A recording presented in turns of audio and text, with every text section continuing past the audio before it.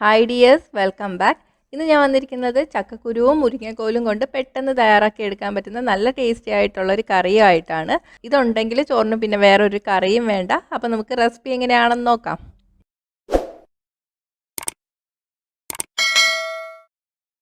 ഞാനിവിടെ 1/4 കപ്പ് തുവരപ്പരിപ്പ് എടുത്ത് വെച്ചിട്ടുണ്ട്. നമ്മൾ സാമ്പാറിനൊക്കെ എടുക്കുന്ന പരിപ്പാണ്.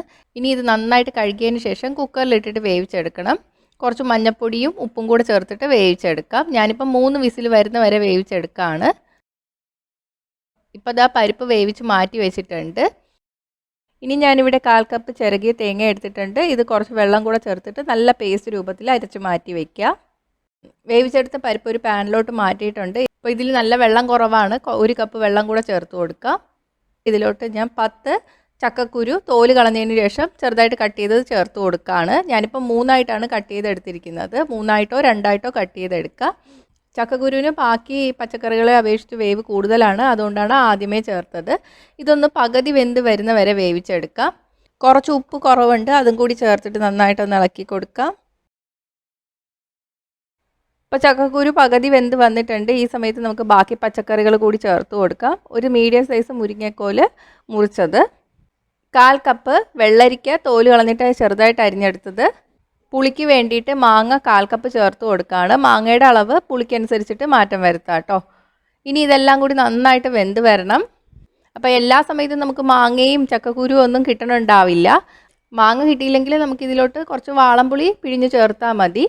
ഇപ്പോൾ ചക്കക്കുരു ഇല്ലെങ്കിലും ഞാൻ ഈ കറി ഉണ്ടാക്കാറുണ്ട്. ചക്കക്കുരു ഒഴിവാക്കിയതിന് ശേഷം മുരിങ്ങയ്ക്കയും വെള്ളരിക്കയും മാങ്ങയും ചേർത്തിട്ടാണ് ഉണ്ടാക്കാറ്.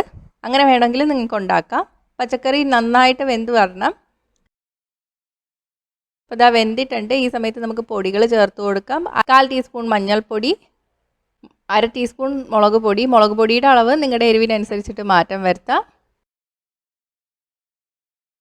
നന്നായിട്ട് ഇളക്കിയതിന് ശേഷം ഇതിലോട്ട് നമ്മൾ അരച്ചു വെച്ചിരിക്കുന്ന തേങ്ങക്കൂടി ചേർത്തിട്ട് ഇളക്കി കൊടുക്കുക. ഇനി ഇത് നന്നായിട്ട് വെട്ടി തിളച്ച് വരണം. ചാറ് കുറുകി പോയിട്ടുണ്ടെങ്കിൽ കുറച്ചും കൂടെ ചൂടുവെള്ളം ചേർത്തിട്ട് തിളപ്പിച്ചെടുത്താൽ മതി. അപ്പോൾ അതാ ഇത് റെഡി ആയിട്ടുണ്ട്. നമുക്ക് തീ ഓഫ് ചെയ്യാം. ഇനി ഇതിൽ നമുക്ക് കടുക് വറുത്ത് ചേർക്കണം. അതിന് വേണ്ടിയിട്ട് ഒരു പാനിലോട്ട് 1 ടേബിൾ സ്പൂൺ വെളിച്ചെണ്ണ ചേർത്ത് കൊടുക്കുക. ഇതിലോട്ട് 1/2 ടീസ്പൂൺ കടുക് ചേർക്കുക. കടുക് പൊട്ടി വരണം. 2 വറ്റൽമുളക്, 1 തണ്ട് കറിവേപ്പില. നന്നായിട്ട് ഇളക്കിയതിന് ശേഷം നമുക്കിത് കറിയിലോട്ട് ഒഴിച്ചു കൊടുക്കാം. ഇളക്കി കൊടുക്കുക. അപ്പോൾ നമ്മുടെ നല്ല ടേസ്റ്റി ആയിട്ടുള്ള മുരിങ്ങക്കോല് ചക്കക്കുരു കൊണ്ടുള്ള കറി റെഡി ആയിട്ടുണ്ട്. നല്ല ടേസ്റ്റാണ് ചോറിനോടൊപ്പം. ഒന്ന് ട്രൈ ചെയ്ത് നോക്കുക. ട്രൈ ചെയ്തിട്ട് നിങ്ങളുടെ അഭിപ്രായങ്ങൾ കമൻറ്റ് ചെയ്യുക. ഇഷ്ടമെങ്കിൽ ലൈക്കും ഷെയറും ചെയ്യുക. ഇഷ്ടപ്പെട്ടില്ലെങ്കിൽ ഡിസ്ലൈക്കും ചെയ്യുക. കൂടുതൽ റെസിപ്പീസിനായിട്ട് ഫോളോ ചെയ്യാനും മറക്കല്ലേ.